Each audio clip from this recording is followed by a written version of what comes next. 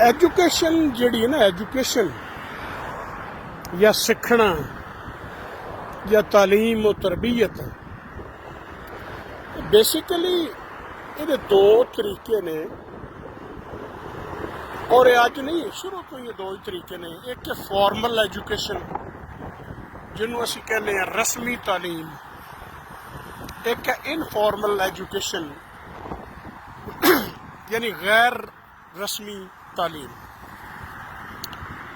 ये दोनों ही चीज़ें, फॉर्मल एजुकेशन भी और इनफॉर्मल एजुकेशन भी, ये दोनों ही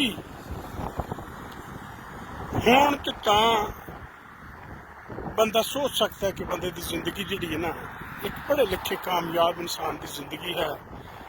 और अल्लाह ताला इस फॉर्मल और इनफॉर्मल एजुकेशन दे हसूल तो बाद ही जिहड़ी मैंटल फैकल्टीज़ ने, ज़हन है, दिमाग है, वो खोल देने अल्लाह ताला।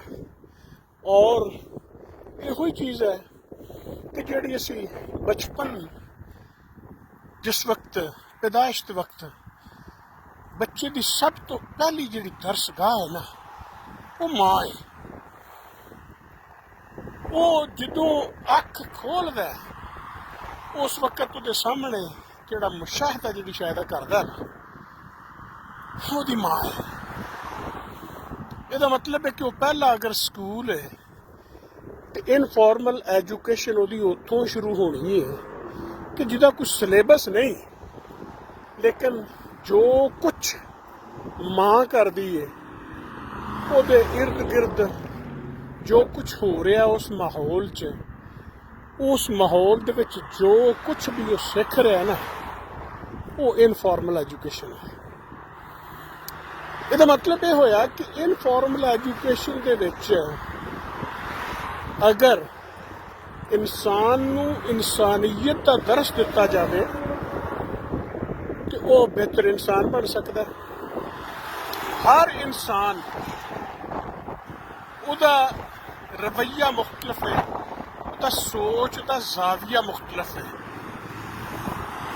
मुख्तलिफ किस्म के जिहड़े रवैये ने या जिहड़ी सोच है ना, उहदे हिसाब नाल असी ह्यूमन ब्रेन यानी दिमाग नूं अगर वंडीए ना, कुछ हुंदे ने तजियाती दिमाग, एनालिटिकल ब्रेन्स, कुछ हुंदे ने तखलीकी दिमाग यानी क्रिएटिव ब्रेन्स, कुछ हुंदे ने रेजिलिएंट ब्रेन्स जिन्हां च कुव्वत बर्दाश्त हुंदी है, वो हार के भी अपनी हार तस्लीम नहीं करते, वो स्ट्रॉन्ग स्टेबल माइंड्स हुंदे ने।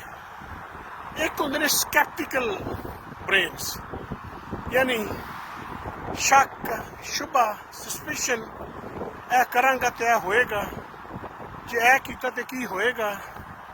लाइकवाइज कई किस्मां दी है, लेकिन ज़्यादा जिहड़ियां मेन टाइप्स है ह्यूमन ब्रेन दी ओह ने। हुण एक तो वो जिहड़ी अल्लाह ताला ने उस बच्चे की जेनेटिक्स विच पाता, एक तो दा दिमाग हो गया।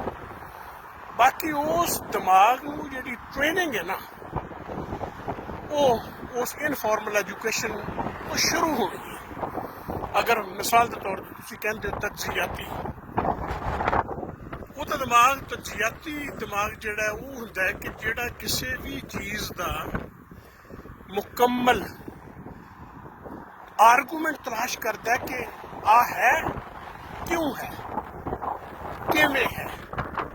और ये हुई दलील है जिहड़ी कि बहुत बड़े बड़े दिमागां दे विच अगर आवे तो उसकी बुनियाद ते बड़े बड़े फैसले और दिमाग करने की पोजीशन च हुंदे ने। इस तरह क्रिएटिव माइंड्स जिहड़े तखलीकी मिजाज ने, तखलीकी दिमाग ने, जिहड़े उन्हां दा यह हुंदा कि उन्होंने इस गल ते उन्हां दी बुनियाद हुंदी है कि यह क्यों नहीं हो सकता, सिर्फ यह ही क्यों हो सकता है, यह भी ते हो सकता है। तो जदों इस लैवल ते सोच आवे तो उन्होंने कहते हैं क्रिएटिव दिमाग है।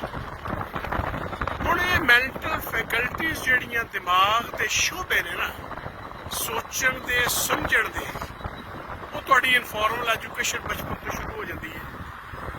ਤੁਹਾਡੇ 'ਚ ਉਹ ਮਾਹੌਲ ਦੇ ਵਿੱਚ ਜਿੰਨੀ ਇੰਟੈਗਰਿਟੀ ਹੈ, ਇਮਾਨਦਾਰੀ ਹੈ, ਮਿਹਨਤ ਹੈ, ਕੋਸ਼ਿਸ਼ ਹੈ, ਸੱਚਾਈ ਹੈ, ਉਹ ਬੁਨਿਆਦ ਬਣਦੇ ਨੇ ਤੁਹਾਡੇ ਪਰਸਨੈਲਿਟੀ ਦੇ ਉਸ ਜਗ੍ਹਾ ਤੋਂ। ਅਗਰ ਉਸ ਮਾਹੌਲ ਦੇ ਵਿੱਚ ਬੱਚੇ ਦੇ ਉਸ ਇਨਫੋਰਮਲ ਐਜੂਕੇਸ਼ਨ ਦੇ ਵਿੱਚ ਅਗਰ ਝੂਠ ਹੈ, ਗੰਦਗੀ ਹੈ, ਫਰੇਬ ਹੈ, ਧੋਖਾ ਹੈ, ਉਹ ਮਾइंड ਉਸੇ ਤਰ੍ਹਾਂ ਸੋਚੇਗਾ ਔਰ ਆਪਣੀ ਬਾਕੀ ਜ਼ਿੰਦਗੀ ਫਾਰਮਲ ਐਜੂਕੇਸ਼ਨ 'ਚ ਉਹਨੂੰ ਜੋ ਮਰਜ਼ੀ ਸਿਖਾ ਲਿਆ ਜਾਵੇ, ਉਹ ਜਿਹੜੀ ਫਾਰਮਲ ਐਜੂਕੇਸ਼ਨ ਹੈ ਉਹਨੂੰ ਇਨਫਾਰਮਲ ਐਜੂਕੇਸ਼ਨ ਕੰਪਲੀਮੈਂਟ ਨਹੀਂ ਕਰ ਰਹੀ ਹੋਏਗੀ, ਉਹਦੇ ਪਿੱਛੇ ਬੈਕਅਪ ਸਪੋਰਟ ਨਹੀਂ ਹੋਏਗੀ ਉਸ ਇਨਫਾਰਮਲ ਐਜੂਕੇਸ਼ਨ ਦੀ ਜਿਹੜੀ ਕਿ ਹੋਣੀ ਚਾਹੀਦੀ ਹੈ। ਫਾਰਮਲ ਐਜੂਕੇਸ਼ਨ ਦੇ ਵਿੱਚ ਆ ਕੇ ਤੁਸੀਂ ਡਿਗਰੀਆਂ ਲੈਣੀਆਂ ਸ਼ੁਰੂ ਕਰਤੀਆਂ। ਡਿਗਰੀਆਂ ਮੁਖਤਲਿਫ ਸਕੂਲਸ ਦੇ ਵਿੱਚ, ਕਾਲਜਸ ਦੇ ਵਿੱਚ, ਯੂਨੀਵਰਸਿਟੀਜ਼ ਦੇ ਵਿੱਚ ਚਲੇ ਗਏ ਔਰ ਉੱਥੇ ਜਾ ਕੇ ਤੁਹਾਨੂੰ ਇੰਟਰੈਕਟ ਕਰਨ ਦਾ ਮੌਕਾ ਮਿਲਿਆ ਆਪਣੇ ਹਮ ਜਮਾਤਾਂ ਨਾਲ, ਆਪਣੇ ਉਸਤਾਜ਼ਾਂ ਦੇ ਨਾਲ, ਦੀਗਰ ਲੋਕਾਂ ਦੇ ਨਾਲ। ਤੁਸੀਂ ਉਹਨਾਂ ਕੋਲ ਬਹੁਤ ਕੁਝ ਸਿੱਖਿਆ, ਲੇਕਿਨ ਉਹਨਾਂ ਦੇ ਰਵੱਈਆਂ ਦਾ ਐਨਾਲਿਸਿਸ ਕਰਨਾ ਔਰ ਉਹਨਾਂ ਉਸ ਐਨਾਲਿਸਿਸ ਦੀ ਬੁਨਿਆਦ ਤੇ ਕੋਈ ਤਖਲੀਕੀ ਕੰਮ ਕਰਨਾ ਉਹ ਉਦੋਂ ਹੀ ਆਏਗਾ ਜਦੋਂ ਤੁਹਾਡੀ ਇਨਫਾਰਮਲ ਐਜੂਕੇਸ਼ਨ ਦੇ ਵਿੱਚ ਤੁਹਾਡੀ ਆਬਜ਼ਰਵੇਸ਼ਨ ਇੰਨੀ ਸਟਰੋਂਗ ਹੋਏਗੀ ਕਿ ਤੁਹਾਡਾ ਟਰੈਵਲ ਹੈ, ਤੁਹਾਡੀ ਐਕਸਪੋਜ਼ਰ ਹੈ। ਜਿੰਨਾ ਤੁਸੀਂ ਜ਼ਿਆਦਾ ਤੁਹਾਡਾ ਐਕਸਪੋਜ਼ਰ ਮੁਖਤਲਿਫ ਕਿਸਮ ਦੇ ਲੋਕਾਂ, ਮੁਖਤਲਿਫ ਕਿਸਮ ਦੀ ਜਗ੍ਹਾ, ਮੁਖਤਲਿਫ ਕਿਸਮ ਦੇ ਮਾਹੌਲ ਦੇ ਨਾਲ ਹੋਏਗਾ, ਤੇ ਇਹਦਾ ਮਤਲਬ ਡਾਈਵਰਸਿਟੀ ਆਫ ਐਕਸਪੋਜ਼ਰ ਜਿਹੜੀ ਹੈ ਨਾ, ਉਹ ਤੁਹਾਡੀ ਕ੍ਰੀਏਟੀਵਿਟੀ ਨੂੰ बढ़ाएगी।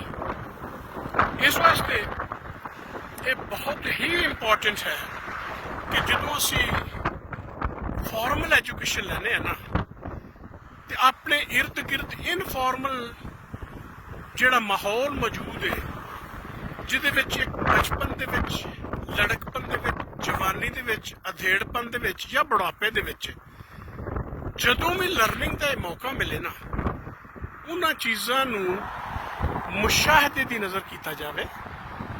जिवें मैं अगे भी कई बार अर्ज करना कि थोड़ी अख है, एक काम है सीइंग कि वेखना, एक होता वॉचिंग जिहड़ा उस तो एक अगला स्टैप है ध्यान नाल वेखना, एक है ऑब्जर्वेशन, तीसरा एक ये ऑब्जर्वेशन है कि एडे ध्यान नाल वेखना कि उहदे चों कुछ ना कुछ चैक कढण की कोशिश करना। इस तरह तुहाडे कंन ने, एक है हीयरिंग कि तुसीं आम सुन ली गल, बल्कि हीयरिंग तो भी पहलों ओवर हीयरिंग, एवें सुन के ते गवाती, तवज्जो ना दी। एक है हीयरिंग, अपने मतलब की सुननी। एक है लिसनिंग। हुण लिसनिंग वो स्टेज है जिथे तुसीं लर्न करते हो। इस वास्ते अपने माहौल दे विच कोशिश ये करनी चाहिए कि असी बतौर रोल एज ए स्टूडेंट, बतौर role as a teacher, as a boss, as an employee, as an entrepreneur, कुछ भी होइए, असी चीज़ां नूं लिसनिंग तक ते उस तो बाद चीज़ां नूं असी ऑब्जर्वेशन तक लै जाइए। और जो इस हद तक असी जावांगे तो साडी जिहड़ी तखलीकी सलाहियत है वो बेहतर होएगी। और उहदे विच आके इस स्टेज ते आके जो साडी एनालिटिकल स्किल्स, क्रिएटिव स्किल्स बढ़नगियां और एम्पैथेटिक एटीट्यूड हो जाएगा, जिहड़ा कि वो भी इनफॉर्मल एजुकेशन तो होंदा है। हमदर्द दिमाग, हमदर्द सोच रखना, जिहनूं को तुसीं हुण सॉफ्ट स्किल कहंदे हो, ये कंप्लीमेंट करके तुहाडी परसनैलिटी दे विच वैल्यू एडिशन करनगियां।